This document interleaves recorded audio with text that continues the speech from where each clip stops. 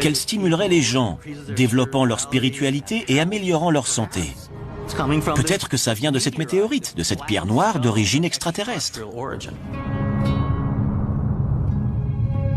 Les recherches montrent que la Kaaba est dans l'alignement exact de l'étoile Canopus, des cycles de la Lune et des solstices d'hiver et d'été. Mais où et comment nos ancêtres ont-ils pu obtenir un tel savoir en astronomie? De la même manière que les planètes tournent autour du Soleil, les marches en cercle autour de la Kaaba sont une référence symbolique aux alignements des astres de l'époque. L'alignement planétaire de la Kaaba pourrait-il suggérer que les musulmans de l'Antiquité avaient un savoir secret? Leur vénération pour la pierre noire ne serait-elle pas une commémoration d'une ancienne rencontre avec des extraterrestres?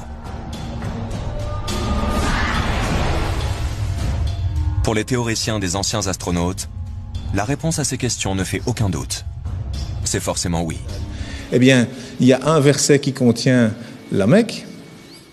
La première maison qui ait été édifiée pour les gens, c'est bien celle de Baka, la Mecque, bénie, et une bonne direction pour l'univers. Dans le Coran, eh bien, le verset, il fait 47 lettres, divisé par 1,618, ça fait 29. Pile poil le début du mot Mecca. Enfin, c'est un bas de Becca, mais c'est pile poil à cet endroit-là. Donc, je veux dire, quand on découvre des choses comme ça, et il y en a encore dans le Coran, il y a des vérités comme ça mathématiques, on se dit, c'est quoi ça? Mais donc, le premier message, c'était, voilà, informez-vous. Au lieu d'interpréter, d'abord le savoir. D'abord, savoir de quoi on parle.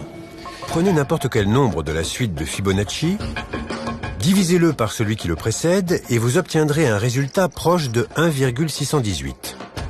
Une valeur que l'on appelle le nombre d'or. Reprenons l'image du bras au rayon X. La différence de longueur entre l'avant-bras et la main est égale au nombre d'or. Et cela vaut aussi pour les 3 phalanges. Mais aussi pour notre ADN.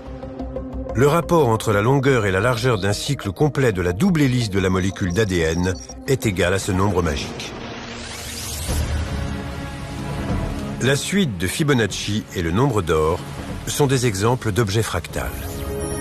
La structure des nervures d'une feuille est identique à celle des branches d'un arbre. On a donc bien une même forme répétée à l'infini à une échelle toujours plus petite.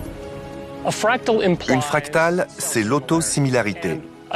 Un motif autosimilaire est un motif qui peut être reproduit et constaté à de multiples échelles d'observation. La nature repose sur la géométrie fractale parce qu'elle lui permet de créer des structures gigantesques avec une efficacité redoutable.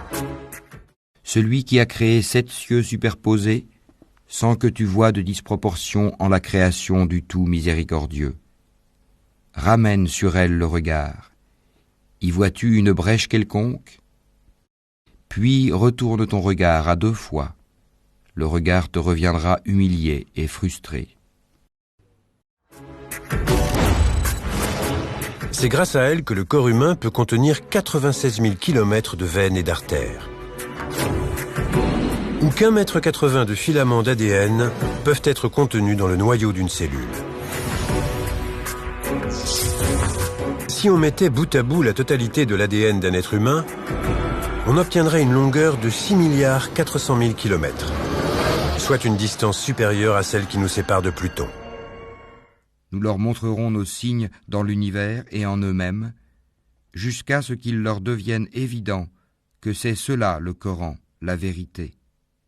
Ne suffit-il pas que ton Seigneur soit témoin de toutes choses? سنريهم آياتنا في الآفاق وفي أنفسهم حتى يتبين